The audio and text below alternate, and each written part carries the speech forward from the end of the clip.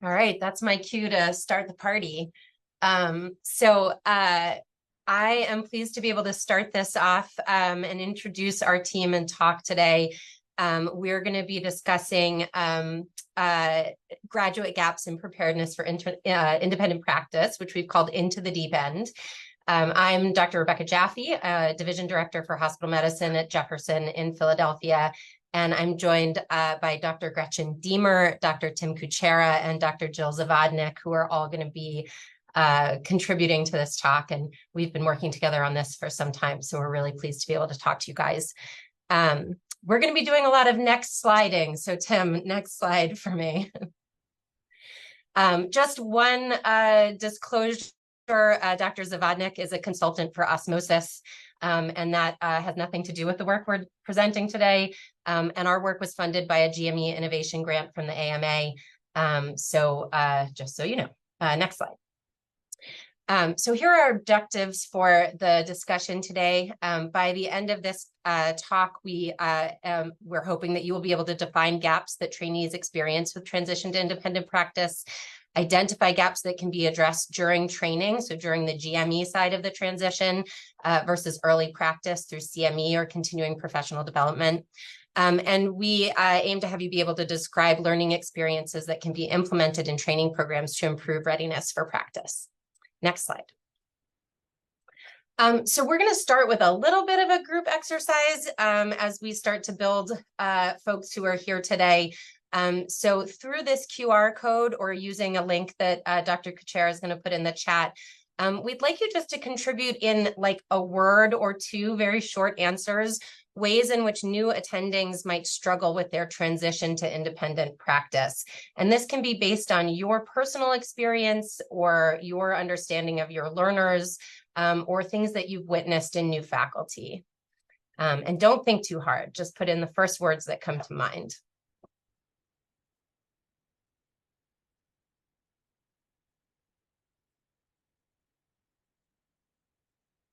That can stay like the only thing on the screen for a while. Certainly imposter syndrome comes up a lot as we have these discussions. Efficiency as well. Yep. Oh, I'm seeing stuff in the chat, so I'll read those off so we can catch it in the webinar. Billing and coding, huge. Volume, managing a new bunch of patients. So I just spoke with a PA who has been carrying 4 patients, and if she joins our practice, she'll have 8 on day 1. So I can see volume being a big one. Yep, time management. Great. A lot of themes that we're definitely going to be coming back to over the course of the day today. And it's interesting. I mean, I know we don't have, an infinite number of responses here, but billing, something that none of us really focus too much on teaching, I would wager, is already sort of rising to the top as a thing that you see people struggle with as they join new practices. Yeah, in-basket tasks, like all the non-bedside things that you have to manage with your day. Great. This is where I realize that I can't read a moving word cloud. Awesome. Anxiety. So yeah, a lot of emotive things in here, right? Like the feelings of being new. I saw licensure up there. So the actual practical sort of adulting parts of making sure you're allowed to go to work, those are big. We actually lost a hospitalist last year because he didn't renew his license in time. So that's real. Navigating insurances, so a lot of health system science learning.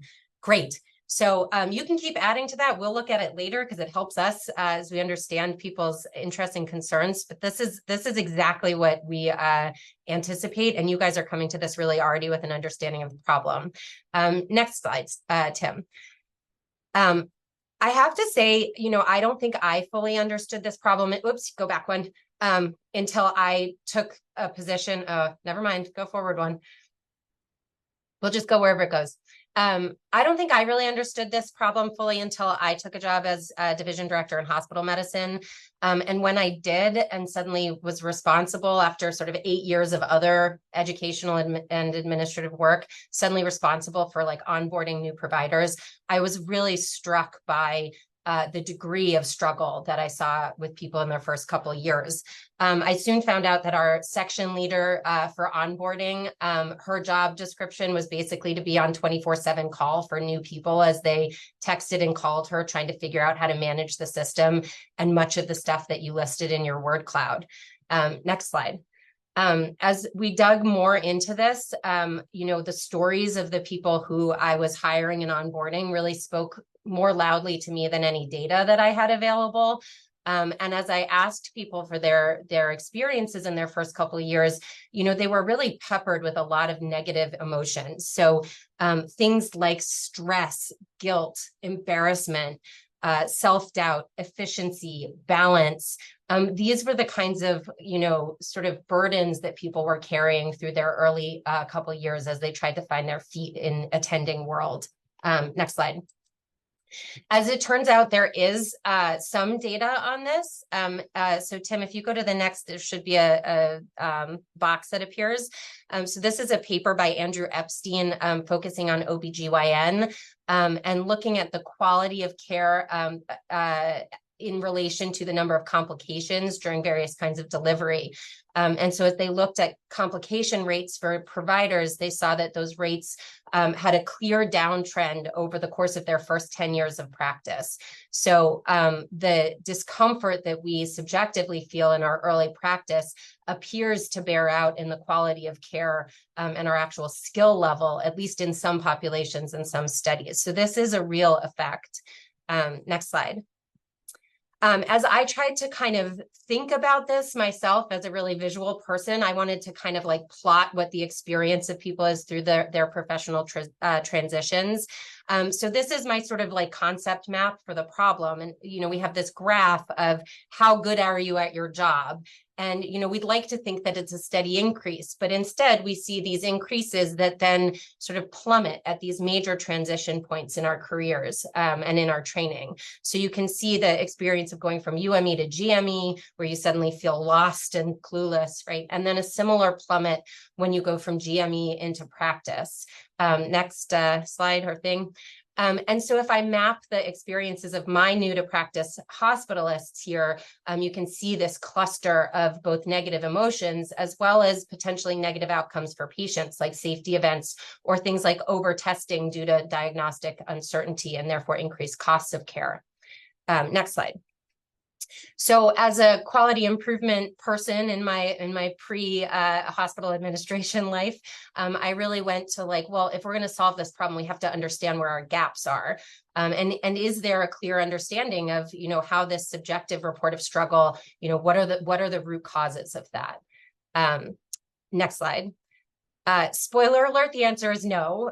We don't really know what these gaps are. And so again, as a medical education person in GME, my immediate thought was like, well, the milestones should tell us this, right? And so this is wallpaper. You can put it up in your living room if you want to. It's a whole bunch of milestones on one slide.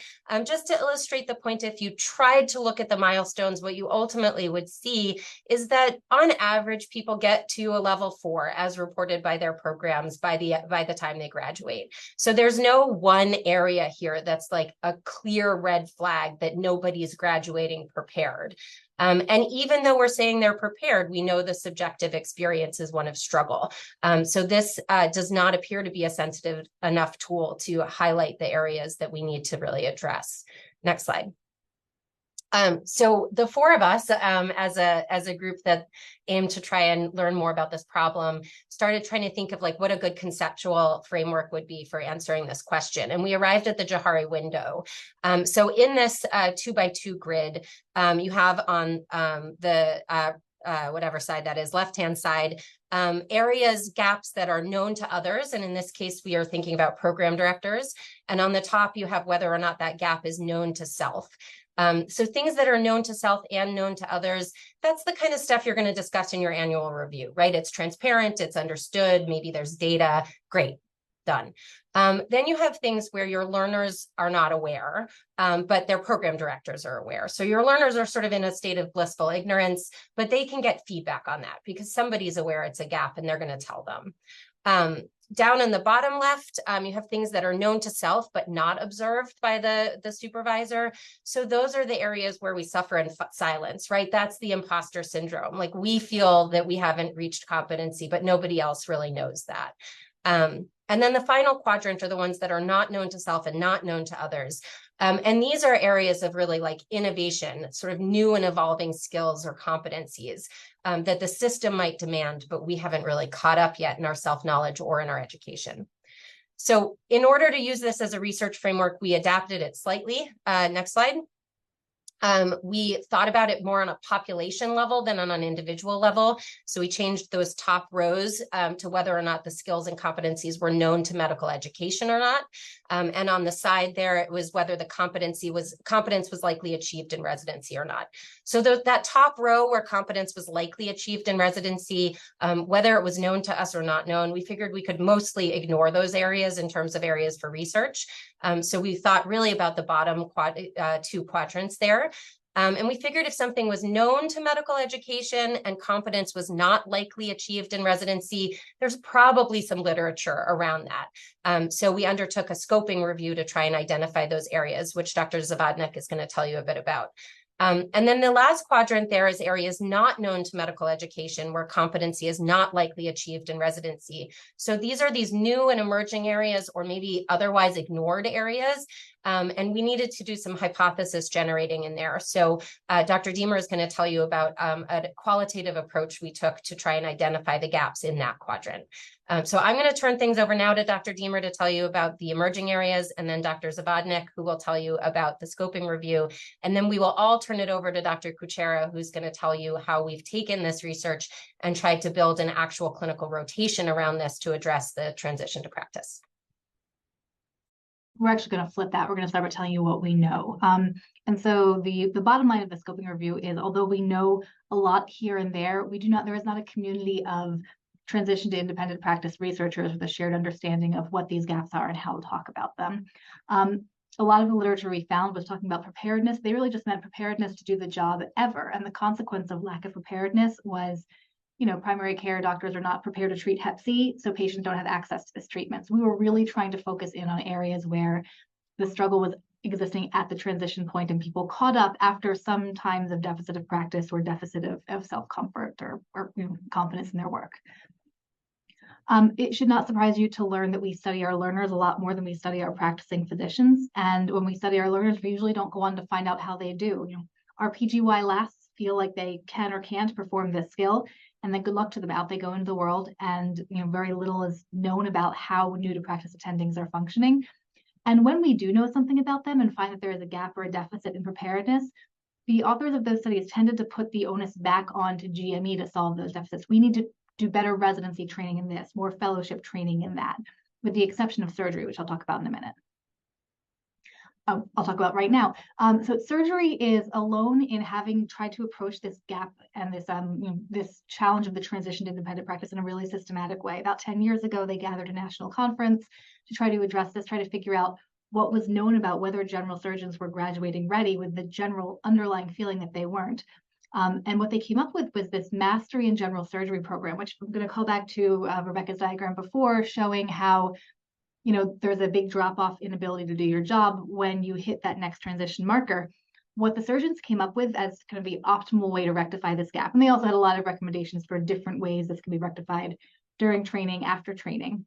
But their solution was, it was really a kind of a hybrid. It wasn't really a fellowship. It wasn't meant to teach something new. It was sort of an extended onboarding with a curriculum with kind of graduated supervised autonomy, not for new skills, but for the skills that ostensibly general surgery residency was teaching, but that graduates were not feeling fully prepared to do. So there were about 25 programs around the country that when they hire new attendings, they participate in this Mastery in General Surgery program with the idea that their new hires for the first 6 months to a year are going to get extra support. They're going to get a curriculum in business of medicine, which was felt to be a big deficit in knowledge. They're going to get backup for complex cases, but it's all in the setting of you are an attending, and yet you are not ready for the full autonomy that you're going to be ready for after an additional ramp up time. So it shouldn't surprise you that when we looked at what specialties were publishing on gaps in readiness to practice, general surgery and surgery overall were leading the pack. More than twice as many articles from general surgery as the next most commonly published specialty, which thankfully was us in internal medicine. But by and large, specialties are publishing on this gap here and that gap over there without a whole lot of coordination or recognition that this is a body of literature around transition readiness. The other thing that we did is we looked at individual gaps identified. So we found 95 articles, but most of them, hinted at or, were uncovered more than one specific gap. So when we found a gap, we defined it by, or we categorized it by competency. And the majority of gaps were from patient care. There's some examples here in this table. The second most common competency represented, Tim, if you can bring up the box, is personal and professional development. So I'm also a clerkship director. So in my UME life, personal and professional development is a recognized competency in our kind of domains of competence framework. Those of you who are GME only are not using this one. It's not one of the ACGME's core competencies. One of our takeaways is perhaps it should be, because these things like feeling of isolation, personal wellness, all of that those are the quotes that Rebecca remembers from her new hires: the stress, the confidence, the imposter syndrome, all really falls under personal and professional development. Systems-based practice was the third most common competency that we felt like our graduates were not prepared in. I don't think that's going to surprise anybody here. The other things I'd like to call your attention to are educational theory and practice. And this is not a standard GME or UME competency area, but there is a recently published set of clinician educator milestones, not necessarily meant to be adopted for every learner, but for those who wish to have development in this area, the idea that as a clinician educator, here are the skills that you need, and here's a developmental framework for approaching them. Some of those were brought up in the context of trainees who are not necessarily going on to be program directors and clerkship directors, but simply are a surgery attending at a teaching hospital who needs to know how to teach effectively in the operating room. For any UME people on here, interprofessional collaboration is the other non-GME UME competency. We didn't find anything here that we didn't think fit equally well under systems-based practice. So this slide is a schematic of the gaps we found. Please don't share it. I think it's beautiful, but we're hoping to get it published independently. So this is a scaled model of the gaps that we found by how common they were. So again, the majority of the gaps are in patient care, 56 of them, most within surgery, most of those in procedural independence. It was the single most common gap that we uncovered, was a gap in the ability to operate independently. Personal and professional development, a lot of things that were coming up over and over again. Career development was huge, mentorship, research skills, and then personal things like personal wellness and personal finance. Over in systems-based practice, business of medicine was a big category. Practice management and billing were the second and third most common gaps identified. Quality and safety also with a big representation. There were a few gaps that fit into multiple competencies, like teamwork. We felt was, to function in a team, you have to have the systems-based practice know-how to know what the team does, and interpersonal communication skills to communicate with them. So, as you can see, just a really wide-ranging across competencies, across specialties, a wide-ranging recognition that there are areas where our graduates are not fully ready when they enter independent practice.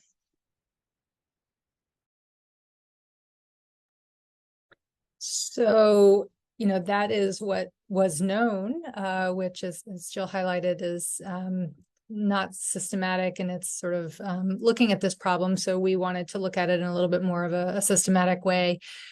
So we actually did a qualitative study trying to get the voices that we needed to hear from. So we asked both new to practice attendings, defined as within the first 2 years of practice.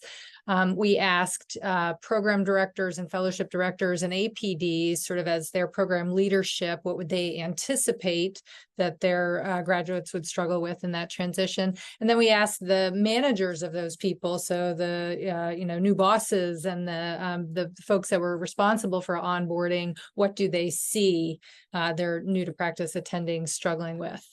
Next slide. We used a technique called free listing. Don't have to get deeply into it, but it is a free text answer where they are asked to list as many areas as they can think of. And then there's if you want to go to the next slide, Tim, the salience Score is a way to sort of, our research mentor kind of jokes with us that this is a way to make qualitative research look quantitative, but salience score is a measure of both the frequency with which the item is mentioned and the rank in the list, the rank order in the list. So an item that is mentioned both frequently and earlier in the order is considered to be more salient. The numbers don't actually, translate to anything meaningful, but what you get is this sort of graph where there are some natural inflection points of things that sort of rise up.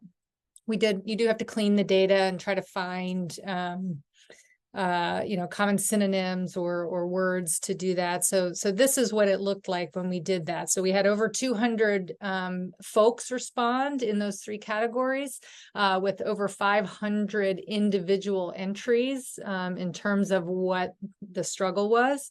And so, very similar to, I think, what showed up in the word cloud, you will not be surprised to see what the most salient items were when all three groups were sort of lumped together. Billing, time management, workload, confidence, new responsibility, and then, and so on and so on. The ones that are sort of way down on the bottom, either were only mentioned once, and not very high on someone's list. So if there wasn't a synonym to sort of put them together, we didn't consider that. So not terribly surprising. If we go to the next slide, we actually divided it up into the three groups to kind of compare. Do these three groups see the struggle similarly in terms of what things are most salient? And so again, if you look at the graduates, which are the new to practice attendings, they're in the yellow circles: billing, workload, imposter syndrome, new site, new IS&T, sort of come up as some of the most salient points. The program directors, matches reasonably well: billing, time management, workload, new responsibility, and confidence. And then their managers in the blue squares: time management, workload, mentorship, billing, culture, work life. So just a couple of, observations to be made about this is their lists aren't wildly different, but certainly the order, of salience is a little bit different. Program directors and graduates, for instance, put billing a lot higher in terms of the salience than the managers. And so it may be that the managers don't see that as a struggle and can't really understand how hard it is, and how much cognitive load it is to try to figure out your billing and coding as a new to practice attending. So if we go to the next slide. Another analysis we did was try to divide up the new to practice attendings to see if, sort of the specialty that you practiced in, made a difference. And so we used kind of three very general groups to try to keep our numbers for analysis up: hospital, medical, and surgical, sites of practice. And again, what you can see if you kind of read through these is there is a little bit of a different level of salience for some of these things. So the surgical specialties don't have billing really in their top 10. They have building a practice and practice management considerations, that may be a little bit higher than the hospital-based ones. So again, there is probably a different set of struggles that you do depending on which specialty you've gone into. Next slide. So, going back to our sort of concept mapped here, if we think about, if you go to the next slide, we put sort of this drop off here, all of these things that the new to practice attendings either experience, observed, or predicted to struggle with. We have a different list of kind of why that drop off might be. And so as we start to think about ways to intervene to make it better, you go to next, you can either intervene on the training side. So maybe we should just do a better job at teaching all of those things. Everyone inwardly groaning at having ever tried to teach a resident how to do billing, right? So that drop off is less steep.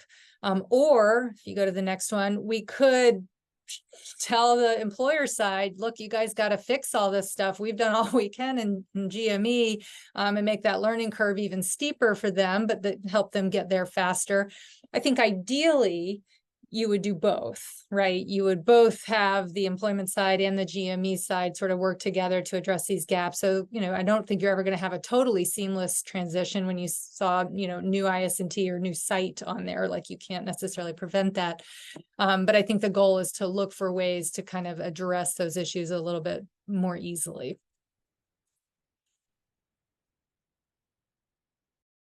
So with that, I am excited to share our boots on the ground, real world example of our pre-attendingship pilot that we have now done for the last 2 years with a few of our residents. And this, for everyone on the call or on the Zoom, it is a hospital medicine rotation. So we are a little biased. We are all hospitalists, but my hope is that you can see some of the concepts and ideas that we utilize in this rotation, and you can take this into your own programs and in the ways you look at graduate medical education.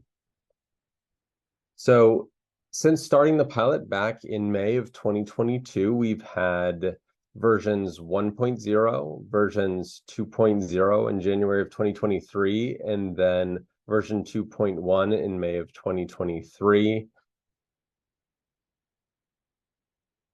And in making this rotation, our team had the following brainstorming in the goals that we wanted to achieve in this rotation for our learners. So number one was really to elevate the resident in the attending relationship from learner and teacher to more of the pre-attending or soon to be attending and coach relationship. And to do this, we wanted to make the relationship so that structured feedback could be performed with multiple different models, and then subsequent rapid cycle improvement in the pre-attending's performance and understanding of the medical care and the systems around them and the decisions that they had to make. At the beginning of the talk, we also alluded to the different feelings and experiences that one either perceives that they'll have or do have in the transition to independent practice. So we wanted our pre-attendings to really focus on this piece of the transition. Often we're teaching about hyponatremia and other medical things, but we forget what that transition is like and that it is an enormous part of the experience of a new attending. In this rotation, we also wanted our learners to experience uncertainty and independence and really get what it felt like to be in that headspace of being an attending while still having the safety of having the coach support them through the rotation. And then finally, we wanted them to experience in the simulation as best as they could what it would feel like to make that nuanced, complex medical decision, that gray area medical decision in those discussions that happen in being an attending. So those were our goals, and that translated to the following learning objectives for our pre-attending. So number one was for our pre-attendings to act as the primary physician and team leader for a panel of a total of 8 patients. Now, 2 of these patients would be co-managed with an advanced practice provider on the team, so something we'll get into a little bit later. We also wanted them to perform autonomous medical care and make those nuanced, complex decisions regarding their patient's care in the hospital. We also wanted them to independently navigate complex inpatient medical systems and administrative issues relating to patient care. And then finally, we wanted them to understand and explore the complex feelings and emotions associated with independent practice. Now, a quick warning here, just to bring to your attention, I will hopefully infrequently interchange resident in pre-attending. So the pre-attending is the PGY3 resident in internal medicine that is rotated through our hospital medicine rotation. And then I will interchange occasionally attending and coach. They are meant to be the same, but I will mention one versus the other in talking about this transition and this elevation of relationship. So regarding our curriculum, we focused on the 4 domains to make these changes in the clinical learning environment, including the personal, relational, curricular, and structural domains. From a personal standpoint, our main intervention there was the reflective writing piece that we had our pre-attendings perform the week before doing direct patient care. So this reflective writing piece, they were given this following prompt, and they were asked to essentially write a narrative of how they thought their first day of being an attending would go. And so this is the prompt. It is, imagine you open your eyes, it's 5:30 a.m. on July 1st, and it's your first day on service as a hospital medicine attending. In the space below, narrate your first day on service. Detail your sights, your feelings, the things you expect to experience. Share the story of your first day as an independent attending physician. So far I have these 3 narratives from the 3 pre-attendings that have rotated through this experience, and they have been really enlightening, and it's been really a great privilege to see what they have written. So from these narratives, we then pull a list of strengths or perceived strengths and perceived weaknesses or concerns that they will have in starting independent practice. And then from this list and from this narrative, we further personalize, we further customize the rotation using different learning goals to supplement the learning objectives that are part of this rotation. So an example that we had, and this is a real line from one of the pre-attendings that rotated through, was, did I even do any real medicine today? Or was it just a bunch of random decisions that I didn't feel that confident in? From that, we see that they're probably going to struggle with confidence with independent decision making. And so the goal that we form with them in that week prior to patient care is sequentially weaning coach guidance from the beginning of the week to the end of the week to encourage that independent practice and try to mitigate some of those fears as they are led off into autonomous practice as an attending.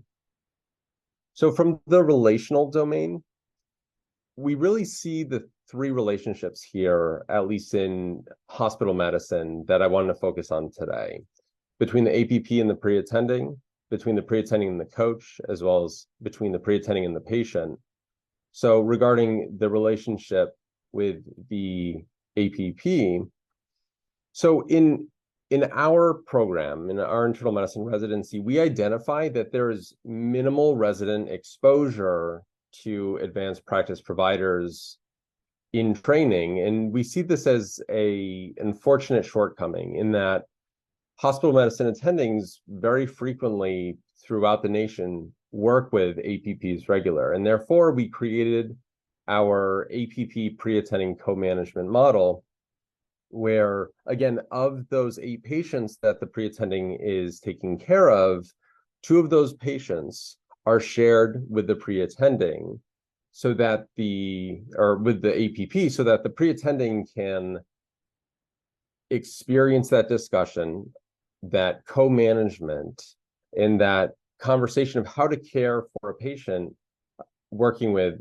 a mid-level provider. And then in having me or having the coach oversee this relationship, the pre-attending can get a sense of how that conversation goes, how they should interact with different providers on the team, and how to best give patient care. To supplement this relationship, there is pre-reading and pre-rotation material. And then again, during the rotation, the coach also shares patients on that team with that same APP so that the pre-attending can see how, again, that relationship is modeled. The second relationship I want to talk about is between the pre-attending and the patient. And now this is a bit more nuanced in that there's a lot of overlap between the patient, the resident, and the attending within this particular domain. So in the days of old, you would have the patient, you would have the resident in the middle, and you'd have the attending who would be this kind of overarching presence. It was a lot of delegation. It was really a one-way conversation. This is what needs to be done for the patient. Go forth and do these things. Now, also back in the day, the attending at the same time would be less present. There would be less interaction, collaboration in that relationship, and often the resident was left to fend for themselves. Now, while this was good in a sense for the resident to have their ability to be autonomous, to be independent, to be the provider for the patient, we have seen in the past that this led to patient care and safety related issues. And so what we're kind of seeing now in modern day residency training is that the attending is present again in the relationship. However, the relationship has been flipped. The attending is there not only delegating and making a lot of the decisions. The senior resident is kind of pushed to the back. What I not infrequently see in our teams is that you've got the scared interns and MS3s and MS4s presenting their patients, and the senior resident is focusing more on the orders that are put in or making sure that sign out is updated, and the attending is providing more of the direct patient care. So while this is better for patient safety, a lot of the nuanced conversations that the resident needs to advance to that next level of practice are absent. And so what our goal relationship is here, with the pre-attending back in the forefront and seen by the patient and the treatment team as the lead of the patient care, the lead of the medical decision-making, and allowing the attending to kind of step back into that effective coaching role.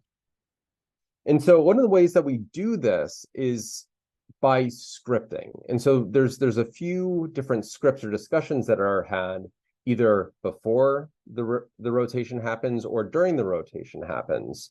So pre-rotation, I will tell my pre-attendings when I sit down with them during the week before, I will tell them that they are the attending. I will tell them that I'm going to set that expectation for them, for the APPs, for the patients, for the nurses, for the case managers, that they are the ones making the decision. I also make sure that they avoid certain phrases, such as, this is Jane or this is Jim, I am your resident. Patients often don't know what this means, and they see this extra person in the fold as kind of like a helper, and then they look to the attending. I make sure that they say, I am Dr. Smith, the lead physician of your care, and I will be providing your care during this hospitalization. Now, it's nuanced here. Your coach also needs to, being the medical legal attending on the chart, they do need to communicate that they are the attending, but what they need to do while still showing the value and the importance that they're adding to the care, they do need to redirect the conversation back between the patient and the pre-attending so that, again, the pre-attending can be the one making all of the decisions for the care, and that this is the expectation from the entire treatment team. And then lastly, I want to highlight the relationship between the coach and the pre-attending. So again, this is a reiteration of what was said before, but the pre-attending goes from the resident to the primary provider in the patient's care. They become the decision maker, and this expectation is made immediately before the rotation happens and then reiterated again during the rotation. The attending is really no longer delegating. They're acting as a coach. They are trying to facilitate reflection. They're trying to show the importance of nuance in the decision making, but also help the pre-attending explore the nuance in their own feelings and experience being a senior resident soon to transition to independent practice. The coach is there to encourage creative problem solving. They're not necessarily going to say, hey, you need to call vascular surgery. You want to flip things if the pre-attending comes to you and say, well, how do you think this is going to go? What does this look like? What are the multiple ways in which this could get done? And then finally, again, avoid delegation. While you are still there as the final say, your name is on the chart medical legally, you want to allow the pre-attending to live in that space, live in that discomfort, and make an informed and thoughtful medical decision. Thirdly, I wanted to highlight the curricular domains in which the clinical learning environment is adjusted for our rotation. So many of you pointed out that billing and documentation and coding were a huge issue. Well, we feel the same way. So from a billing standpoint, this is billing version 1.0. And yes, actually, the reason the background is a piece of paper is because I used a piece of paper with a bunch of charts here, essentially, including the patient name and information.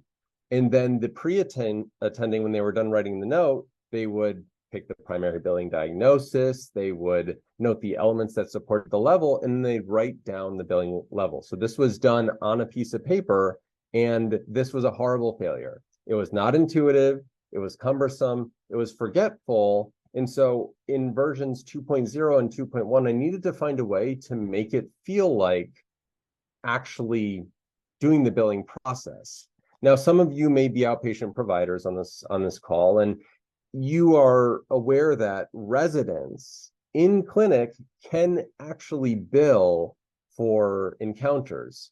In hospital medicine, for whatever, and I'm forgetting the legal reasons, but residents cannot bill. And so those who go into hospital medicine or maybe go into a subspecialty where they are doing inpatient practice don't know how to bill. And so in billing version 2.0, I leveraged our EMR to essentially force function the billing practice. This particular practice, it was reviewable, so the pre-attendings would document what their billing level was. And then in the afternoon, as I would do my notes, I'd be able to review things, I'd be able to teach them, and then there'd be that rapid cycle feedback and improvement. This is a schema here on the right side of what a pre-attending template would look like, but they'd write their assessment and plan, and then they would click the billing flowchart in their smart phrase. From that flowchart, it would open up into either choosing medical decision-making or time, and the pre-attending would have to document and then put down the billing level. And I could review this in the notes afterwards.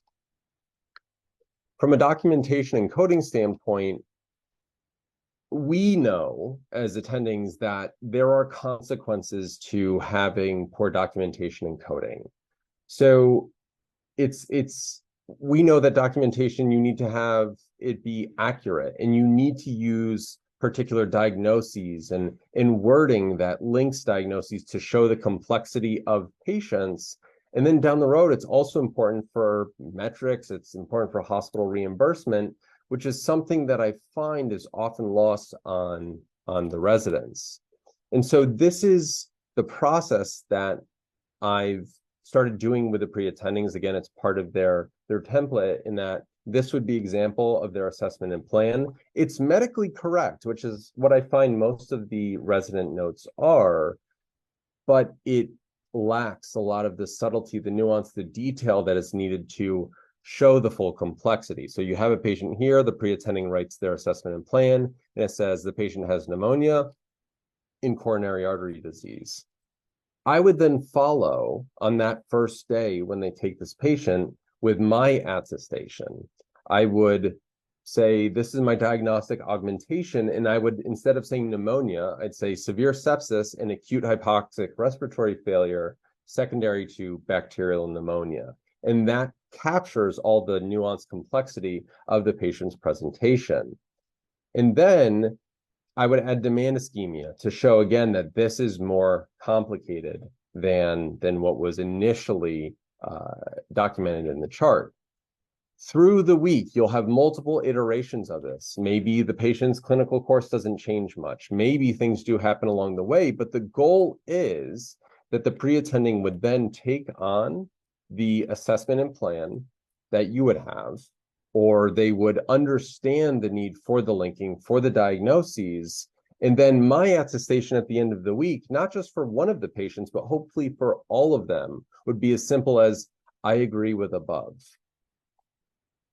The second part of this is that we would have a note audit with clinical documentation a few weeks to months afterwards, depending on how the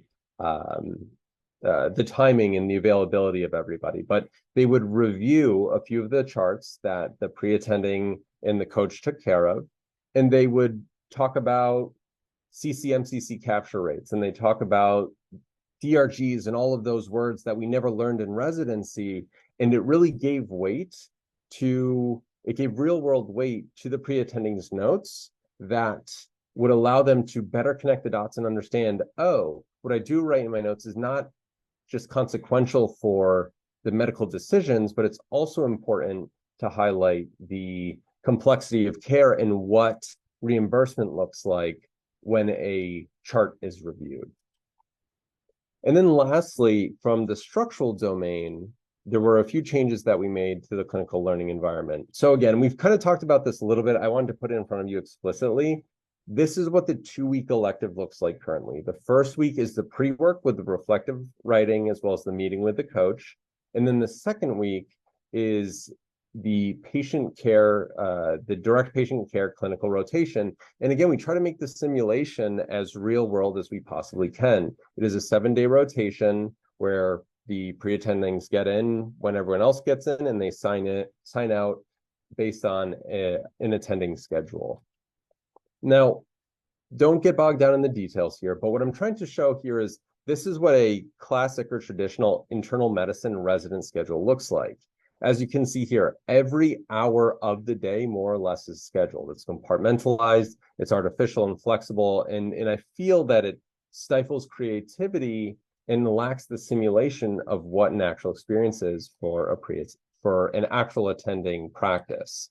From a pre-attending schedule, we've untethered from that compartmentalized schedule, and we've pretty much made it so that the majority of the time spent during the day, other than feedback and reflection, is really unstructured. The pre-attending can chart review, they can do an admission, they can go on rounds, they can have a family meeting in the middle of rounds, then continue rounding it and finish notes. And this not only facilitates a real world experience, but also helps allow the pre-attending to make those real-time decisions for their patient's medical care. One other piece I wanted to add is that the team structure changes as well. And this may be a bit intuitive, but again, wanted to show you explicitly, this is what a hospital medicine team looks like at Jefferson. It's me, it's the senior resident, it's 2 PGY1s, an MS4, an MS3, 2 MS3s, sometimes 2 pharmacy students, sometimes a PA or an NP student, and even sometimes there is a pharmacist that rounds with us. That is a whopping 6 to 9 learners. And the problem here is that I want to teach all of them, but the content is so dilute because you can only go so deep.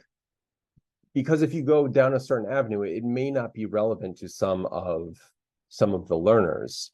And so in really paring things down to it being the coach and the pre-attending, you can make it so that you can explore the feelings, you can explore the gray area of a medical decision and really how it actually goes in independent practice, instead of just saying like, okay, let's talk superficially about hyponatremia again. So again, to summarize, these are the 4 domains of the clinical learning environment that we adjusted for our rotation.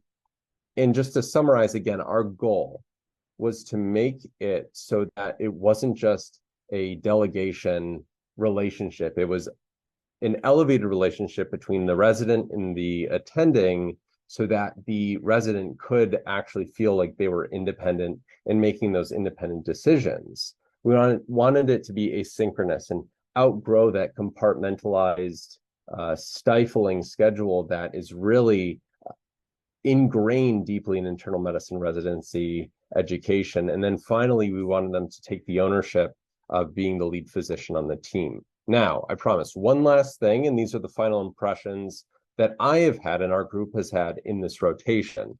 Now, one of the feedback models that we use in our rotation is the plus delta feedback model, in where we talk about things to keep in the plus section or things that we like, and then in the delta section, things that maybe we didn't like or things that we needed to change. We added an exclamation point and a question mark because we felt that there were some other important aspects or domains that we saw or conclusions that we came to. So the exclamation point were surprises, and the question mark had to do with questions we were left with after the rotation had been done several iterations. So the plus is things we've already talked about. One of the things I do want to highlight there is one of the things worth keeping and that we've really liked, or I've liked, is really the power of coaching and letting go. While it is scary sometimes and you don't really know, like, you know, is my resident or pre-attending interacting appropriately, it allows for your pre-attending to have those aha moments that really are so valuable in this experience. From a delta are things that we want to change. We've changed the workload a few times in our iterations. Initially, there was too much. It was a 10-patient census with admissions every day. It's kind of swung back to 8 patients for the census, but now we need to add a few more admissions back to the mix. And then we've also adjusted the APP engagement in the rotation as well. Some of the things that were surprising is that even with just 3 pre-attendings, the personalities and styles are profoundly different. I've had pre-attendings who are so anxious and so fixated on decision-making and are so paralyzed. And then others who are actually very bold and even overconfident, and then everything in between. And then there's also been different motivations. While we do want this to be a simulation of a real world experience independent, I've even had pre-attendings ask to be let out a day early. So it's really, it's interesting to see the different styles that exist, even just in this N of 3. And then finally, the questions that kind of have come up and remain is, you know, one of them is, how do we integrate this into the standard residency experience? And what skills are needed for effective faculty facilitators to act as coach? We also are working to understand learner evaluation and assessment. How do you know an attending is good at what they do?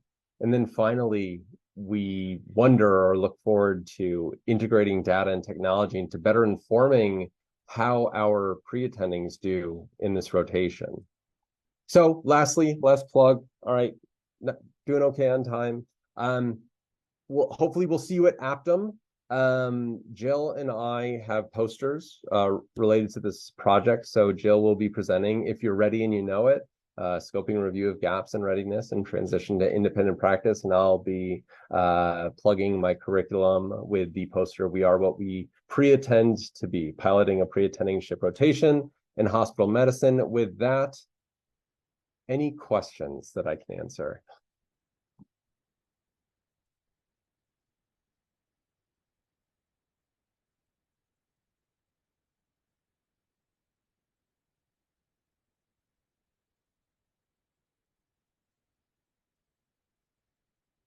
Not all at once.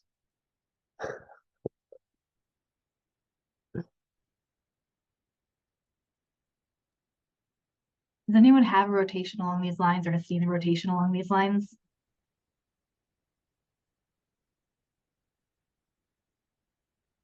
One thing I will maybe add just for some logistical flavor on this is that so as the lead for hospital medicine, I mean, the relationship between the GME program and our division was really vital because I was able to say, yeah, let's use one of our non-resident services to pilot this idea.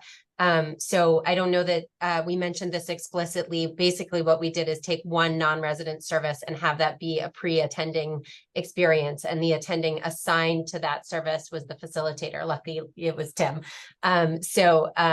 We were able to make this net neutral in terms of faculty time as well as, our team structure. I see a hand up from Jacqueline. Jacqueline, yes. Hi, that was a great presentation. Thank you so much. I really enjoyed it. It took me a little while to come up with this question. I'm not sure it's super well packaged. This is maybe more of a reflection, and I'd be curious to hear your thoughts. But I'm general internist, practice mostly in the outpatient setting, some in the inpatient setting. And certainly one of my first kind of reflections is that some of the practice gaps that you guys have identified are certainly universal to some extent, but a lot of them are also bound or at least influenced by subspecialty kind of practice specifically that each trainee is going into and the context in which they're practicing in. So hospital medicine versus ICU medicine versus outpatient clinical practice. And so I think that like what you've described here in this pre-attendingship pilot probably really effectively addresses some of the gaps for hospital medicine. But hospital medicine too is probably the part of medicine that best lends itself to kind of like discrete, immersive clinical experiences to try and address those gaps. And so then again, I don't have a super well packaged question, but my thought and wonder is for things like outpatient medicine, primary care, longitudinal relationships with patients, those require more longitudinal solutions, which I guess are harder fixes to make in the form of like a single rotation. I was just wondering, any thoughts from you guys or people in the group? So a couple quick thoughts, although it looks like Gretchen's also going to answer. So I'll just give one perspective, which is that when we started this project, we were very interested in a cross-specialty collaborative to take some of the principles we were experimenting with and look at them in different clinical contexts. I do think it's very true that some might lend itself to one structure versus another. For example, we spoke a lot with emergency medicine about what a pre-attendingship would look like with them, where you're even a shorter duration. Like, what does it look like for a resident to run one side of your ER for a shift as opposed to a whole week? Gretchen, I'm sure you're going to mention some of our discussions with primary care. So why don't I let you take that side of it? How did you know I was going to do that?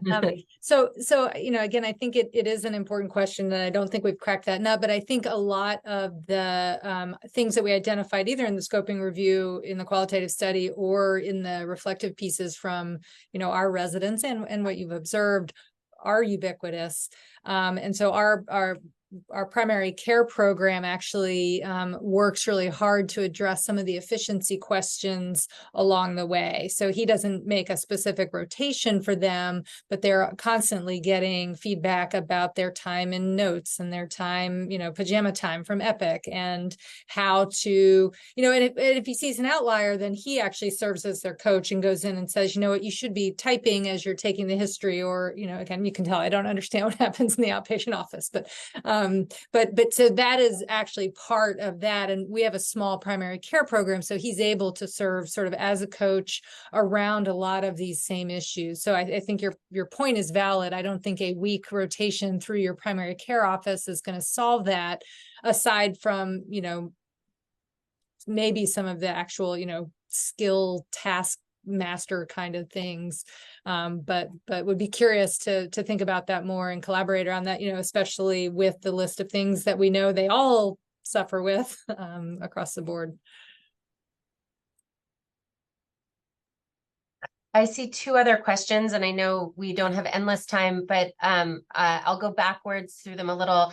Do we work with new attendings in their first year onboarding as well? So we do have an onboarding program for our first years. We have a pretty thorough orientation, a buddy system, and like a first year mini school that goes longitudinally through the year and covers a lot of these areas of struggle.